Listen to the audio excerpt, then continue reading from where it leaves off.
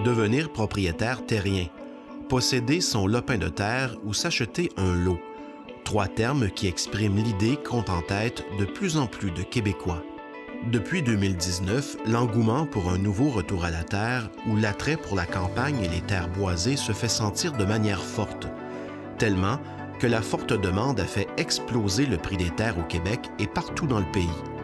Dans la province, la valeur des terres agricoles est en hausse depuis déjà 3 décennies. Il n'est donc pas surprenant que la valeur moyenne ait augmenté de 10 % en 2021. Le mouvement social du retour à la terre ne date pas d'hier.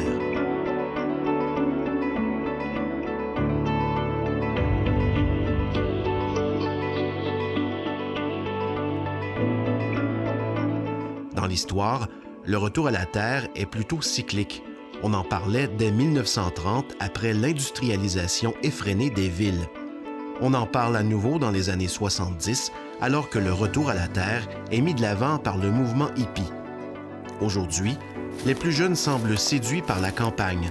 Ces néo-ruraux s'établissent dans des villages et redonnent un souffle de vie à l'économie locale qui a souffert de dévitalisation pendant plus de 30 ans. En 2021, c'est la région de Chaudière-Appalaches qui enregistre la hausse la plus marquée de la valeur de ses terres, soit 15 %. Parmi les acheteurs, il y a des agriculteurs bien sûr, mais de plus en plus de gens qui désirent leur parcelle de terre, tantôt pour la villégiature, tantôt pour en tirer quelques revenus. C'est le cas de Guillaume. Moi, en 2017, j'ai acheté la ferme familiale à mon père. C'était une ferme porcine. Il y a une érablière dessus, puis il y avait une partie en terre à bois. J'ai travaillé pendant 2 ans là-dessus, puis mon père et ma mère avaient une terre ici à Saint-Frédéric. Puis ils ont décidé qu'ils voulaient la vendre, et puis sans m'en parler. Et puis là, j'ai appris ça au travers des branches, puis j'ai décidé que je voulais l'acheter. Fait que je leur ai fait un offre supérieure à l'offre qu'ils avaient reçue, puis ils ont accepté. Et puis la même journée, il y avait une terre à vendre dans le rang en face, juste vis-à-vis un rang plus bas, puis j'ai décidé de faire un offre aussi la même journée sur cette terre-là. Puis mon offre a été acceptée. Donc, en novembre 2019, j'ai signé mes 2 premières... Bien, à part ma terre de la ferme, j'ai signé mes 2 premières terres à Saint-Frédéric, les 2. Je me trouvais très chanceux. Et puis, ça m'a donné la piqûre.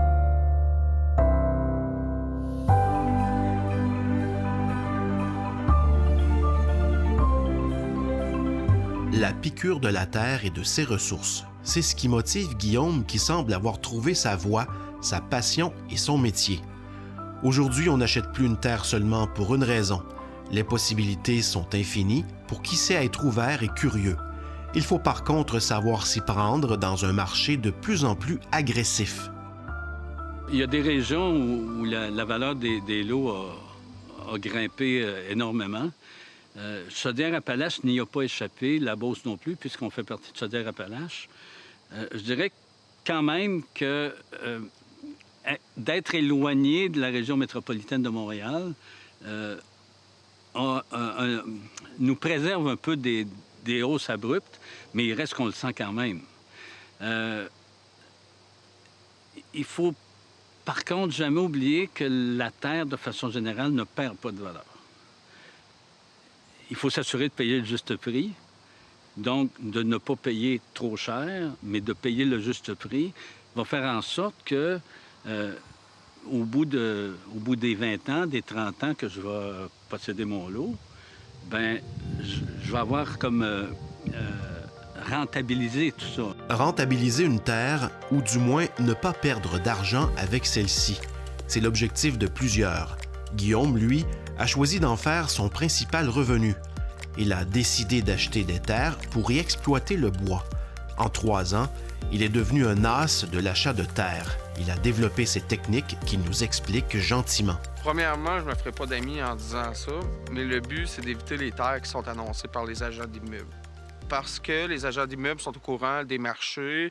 Et des fois, ils comparent des terres de certains milieux à certains d'autres, ce qui fait augmenter la valeur des prix. Moi, pour trouver une terre abordable, pour être abordable, premièrement, à moi, il faut qu'elle ait ce que je recherche, les types de bois ou la grandeur ou peu importe. Puis à ce moment-là, bien, je me promène dans un rang.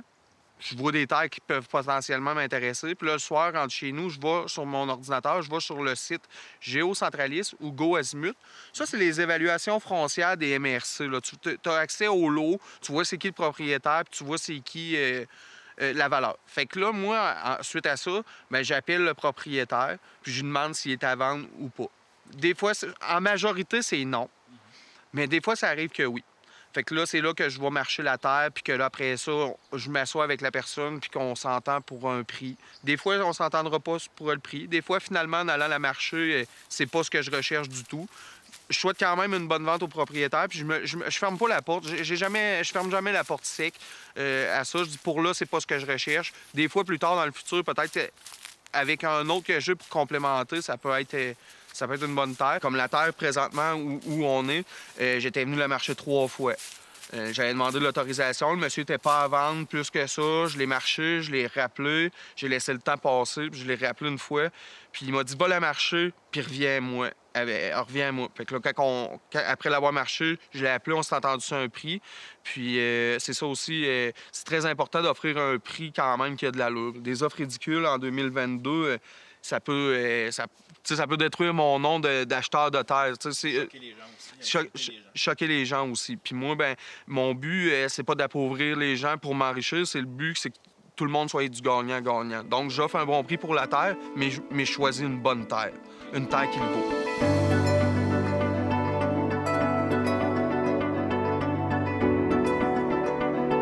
La recherche d'une bonne terre à vendre pour Guillaume débute donc d'abord par une relation avec le propriétaire. Il faut, selon lui, demeurer dans les échanges cordiaux et surtout éviter d'insister. Car souvent, les propriétaires sont attachés à leur terre et ils ne sont pas prêts à s'en départir à n'importe quel prix.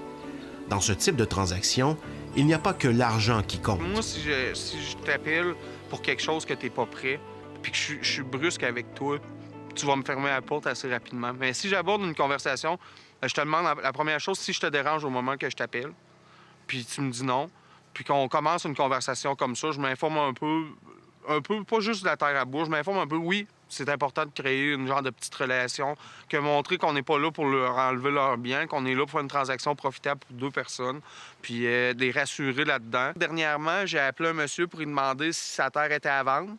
C'est un monsieur âgé. Il m'a répondu non. J'ai attendu 4 jours, je l'ai rappelé. J'ai dit, j'ai demandé pour aller le rencontrer puis jaser un petit peu avec quand même. J'étais arrivé là, j'avais 4 cannes de sirop d'érable, un petit plat de beurre d'érable, un petit plat de tir. Je me suis assis avec le monsieur, j'y ai parlé de mon grand-père, qu'il avait bûché pour mon grand-père. J'y ai parlé un peu, mon oncle était maire, puis là, il se connaissait, puis tout ça. On s'est mis chumé. Fait que ça l'a déjà enlevé une barrière de 2 personnes qui se connaissent pas.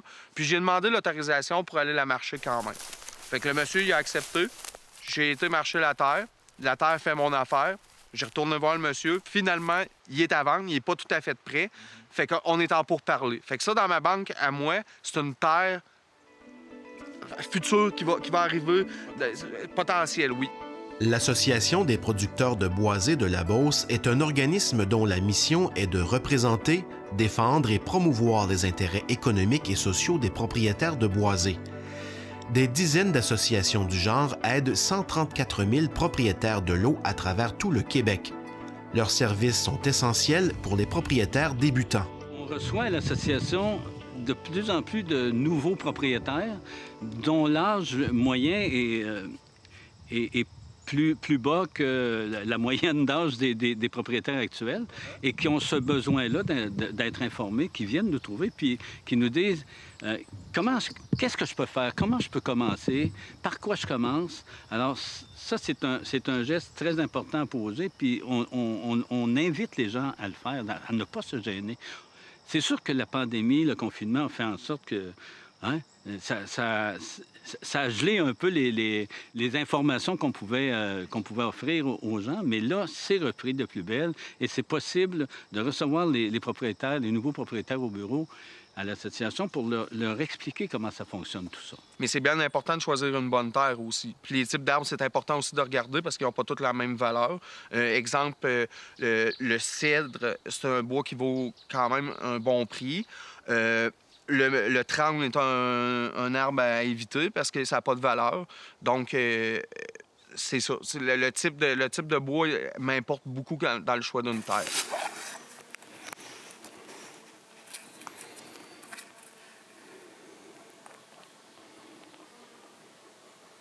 Quand on est débutant, il y a des éléments importants à considérer lors de l'achat d'une terre, mentionnent plusieurs experts comme l'ingénieur forestier Yann Bolduc. D'abord, il faut s'informer sur l'emplacement, la superficie et la topographie du terrain. Ensuite, connaître le type de zonage et la réglementation. C'est zoné agricole ou zoné blanc, vert ou blanc qu'on appelle. Là, quand c'est zoné vert, c'est zoné agricole. Quand c'est zoné blanc, c'est zoné... on peut faire un peu ce qu'on veut dans le lotissement ou dans la construction. Là. Parce qu'une terre zone agricole, on ne peut pas la lotir, on ne peut pas la séparer pour en construire plusieurs. Là. On peut pas l'acheter pour la séparer puis faire plusieurs terrains puis revendre ça, par exemple. Donc, c'est protégé là, par la Commission de protection du territoire agricole. Les gens, ils achètent puis ils savent pas trop ce que ça veut dire. OK, ils voient sur le papier que c'est zoné vert, mais... Ils se renseignent plus ou moins. Puis là, quand vient le temps d'avoir un projet, de construire un chalet, de construire un chemin aussi, il faut toujours des autorisations. Puis c'est là.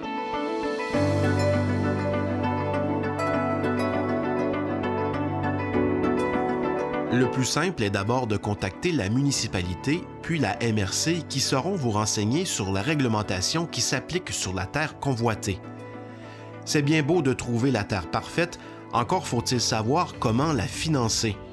Si l'achat d'un lopin de terre est souvent vu comme une valeur stable qui ne se dévalorise presque jamais, trouver l'argent pour la payer est plus compliqué. Mais il y a des solutions, surtout pour ceux qui veulent y exploiter le bois ou les ressources. En fait, il y a des programmes qui sont en place pour aider les aspirants propriétaires de boisés ou d'érablières à acquérir leur lot boisé. Il y a des organismes gouvernementaux qui sont dans le prêt, mais ça passe par les institutions financières. Donc, le premier geste à poser, c'est d'aller voir son institution financière, quelle qu'elle soit, et d'aller discuter financement avec son conseiller financier.